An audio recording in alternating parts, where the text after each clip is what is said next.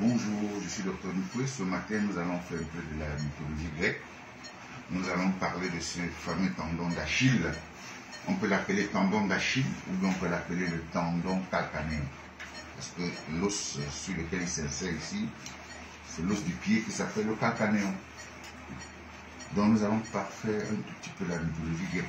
Pourquoi d'abord s'appelait tendon d'Achille, donc le nom Achille. Alors la maman d'Achille ou la mère d'Achille, qui s'appelle Thétis, a décidé un jour de rendre son fils invincible. Donc elle a décidé donc de plonger son fils dans un fleuve qu'on appelle le Styx, en tenant l'enfant par le talon. Elle a donc immergé l'enfant complètement dans l'eau, en se disant que cette eau devait rendre l'enfant invincible, invulnérable. Alors donc pendant la guerre, l'enfant est décédé à Détroit parce que Paris a tiré une flèche qui est venue directement prendre le tendon d'Achille. Et Achille est décédé. Donc c'est donc là ce nom est devenu donc le tendon, ça fait donc carrément le nom de tendon d'Achille. Donc ça montre que c'est le point vulnérable d'un être humain.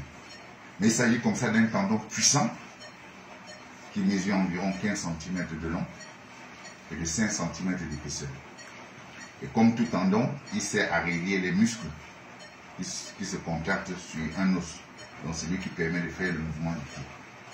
Donc voilà donc l'histoire de ce fameux tendon qu'on appelle tendon d'Achille. Donc nous sommes ici en présence d'un diabétique de 42 ans. Ça on appelle ça généralement la culture chirurgicale. Donc nous sommes comme ça en face d'un patient de 42 ans diabétique qui a donc eu une plaie. Généralement, chez les diabétiques, on classe les plaies selon la classification de Wagner. Donc là, nous sommes devant une Wagner particulièrement 3 qui expose les tendons. Il va falloir débrider. Et il a d'abord suivi des soins dans un centre de santé de la place. Donc là, maintenant, il a décidé de venir voir un spécialiste parce que finalement, il y a une rupture du tendon d'Achille. Donc il va falloir procéder à une raphie du tendon d'Achille.